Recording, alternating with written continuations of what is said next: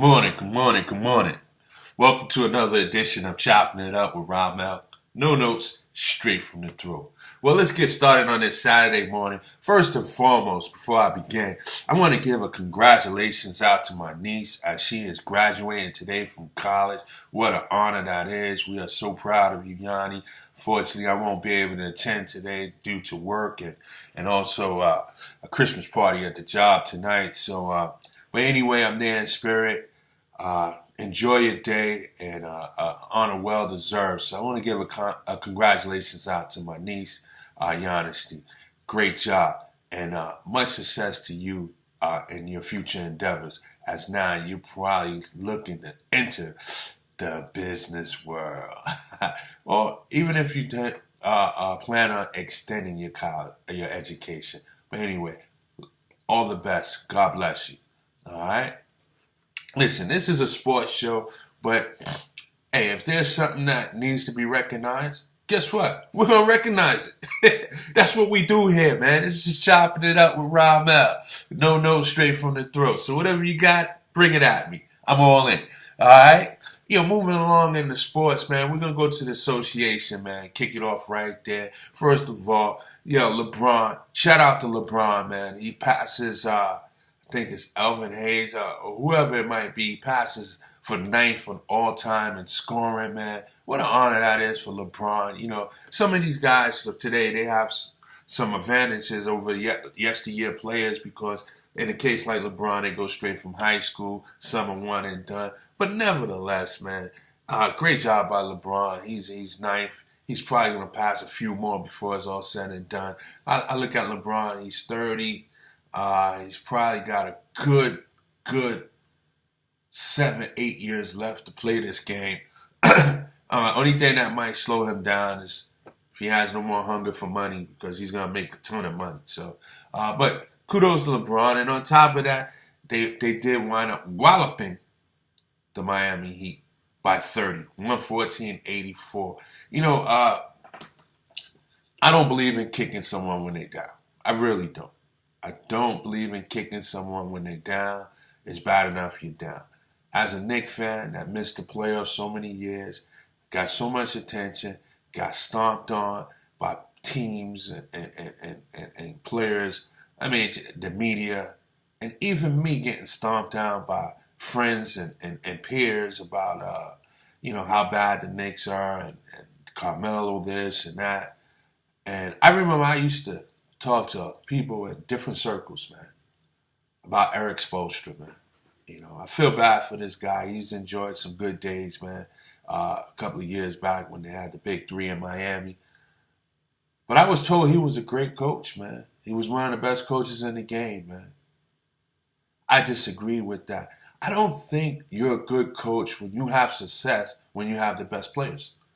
I don't think you're a good coach. Maybe a good manager because you might have to manage egos. But I can't always give you the nod for being a good coach when you have the best players.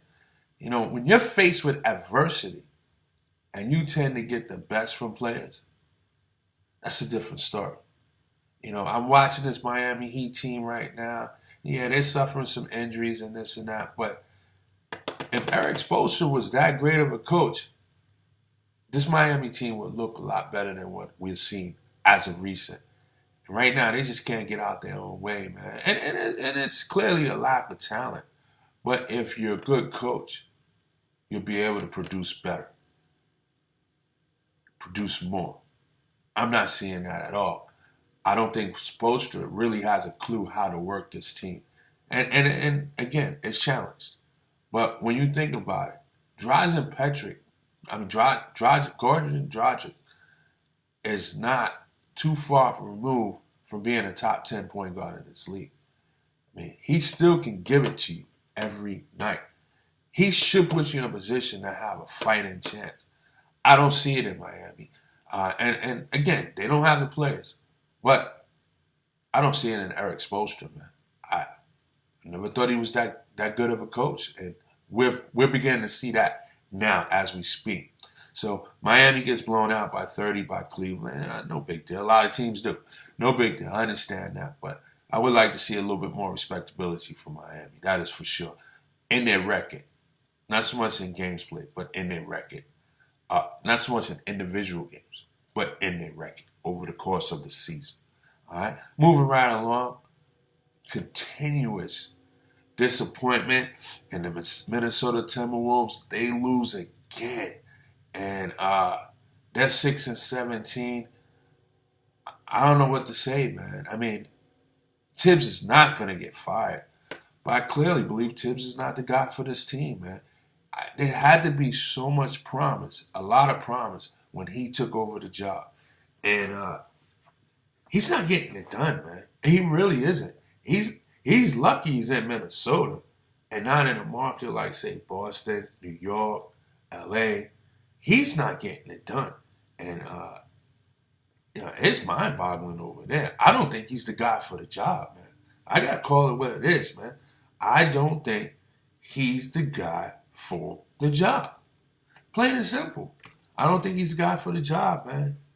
And I'm going to tell you, if anybody wants a young asset, a young player that hasn't reached their stride yet or tap into their true potential, yeah, I think Levine is going to be had, and I think Rubio is going to be had, or Chris Dunn. They got a lot of talent, but Tibbs, he's going to make a move to get a veteran over there, man. Somebody who's got a veteran that they're willing to give up. Put your hands up, man. It might be on the move right there. Might be on the move. So keep an eye on that. But I do want to go to Westbrook and Harden. Last night, tip-off, you had Houston and OKC, the top two leading candidates for MVP at this point. Russell with leading the league in triple-doubles. Harden with the possibility of leading the league in scoring. And is leading the league in assists to be the first player since Nate Archibald to lead the league in scoring and assists. Went head-to-head. Oh, what a game it was. It was a game of, looked like nerves between the top two stars. It was a game of just where you had to fight, scratch, and claw. It wasn't a real, fluid game as far as a lot of points being scored. Actually, for these two teams, it was kind of a low-scoring game. And it was going back and forth kind of in the fourth quarter as OKC climbed back into it after being down by 9 to take the lead. A couple of bad shots here and there, bad plays between Westbrook and Harden. I mean, the MVPs was going at it in all categories, whether it was scoring, turnovers, passing the ball. They was doing it all. Westbrook, he notches his 7th consecutive straight triple-double to tie the great Michael Jordan. I mean, you had everything there. Harden continued his league lead in assists with 12, I believe it was. And everything was there except for a little shot he played. But it was exciting down the end, and Houston prevailed. They went into OKC and pulled out a three-point win. Pretty impressive. OKC, one thing about OKC, there's not many crowds that are better than the OKC crowd. They got that college atmosphere there.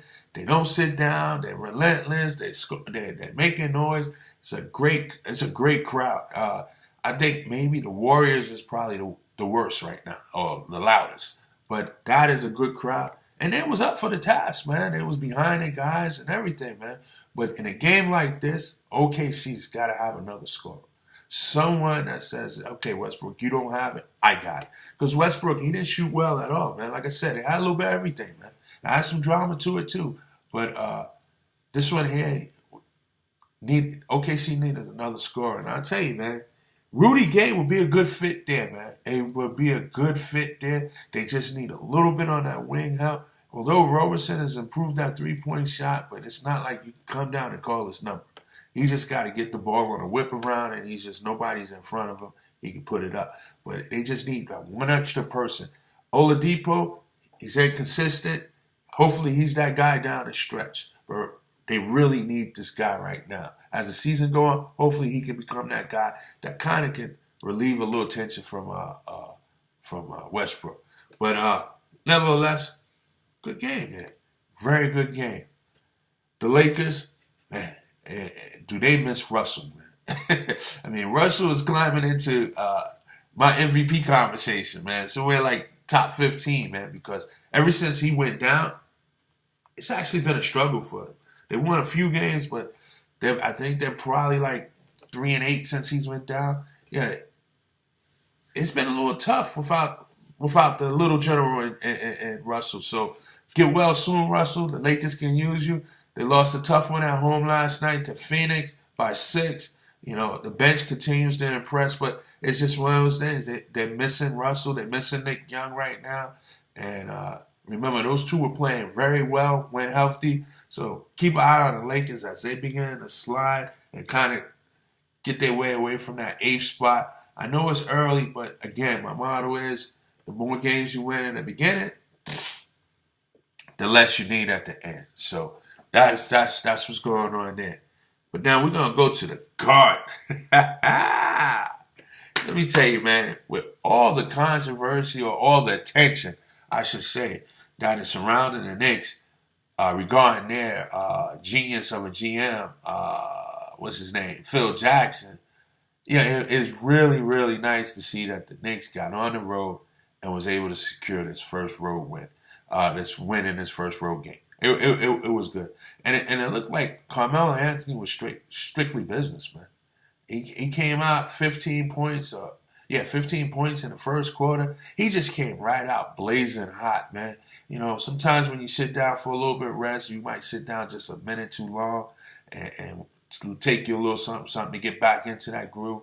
But nevertheless, man, he finished with 33 points, hit 2 big free throws with 14 seconds left in the game, helped the Knicks take a 3-point victory. Not only that, they sweep the series against Sacramento, something they haven't done in a long time, if any, I don't know.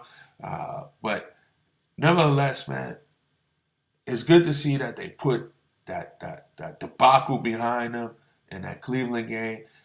It's good to see that, although maybe Anthony might find himself a little curious with the comments of Phil Jackson, it's good to see that, you know, he kind of shrugged his shoulders, moved on, and helped secure this victory on this first road trip out west. Yeah, you know, it doesn't matter who you are, man. Going out west for 5 games is always tough, man. It really is. It's always tough. The one good thing is that there's no back-to-back, so that's helpful. And from what I understand, you know, Carmelo had like a team dinner the night before the game. You know, just get everybody together, man, and continue that gelling and that chemistry, man, because, you know, that's important, man. You know, especially when you get attacked by the media, and in this case, your GM. I mean, you know, I'm listening to Walt Frazier last night. He said, you know, we don't know if Phil actually said that. Okay, maybe we don't. He said sometimes the media has a way of spinning things. Okay, so they do. My thing is this. Where there's smoke, there's fire. Why give them anything?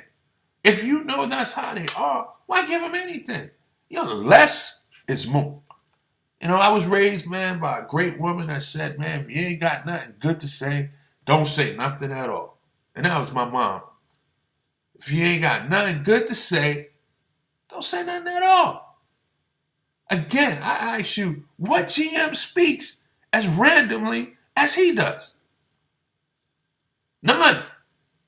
And he's the highest profile GM in the game. So, of course, when he opens, everybody's going to be like this with a microphone. Or a camera. So, come on. You have to be smart. Just like you guys got to play smart and be smart, so do you.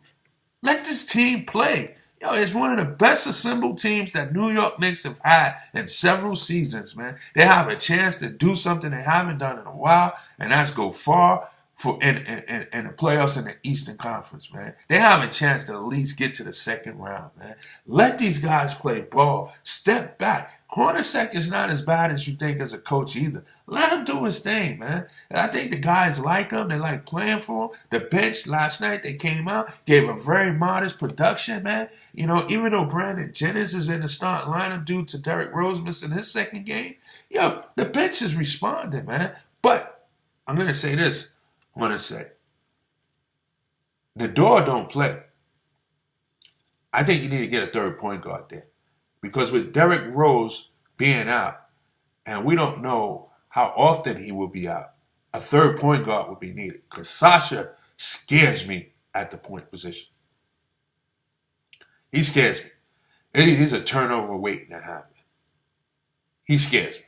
So that's something to consider. I remember the kid chasing Randall from the Summer League. That might be a name to think of, or Archie Goodwin.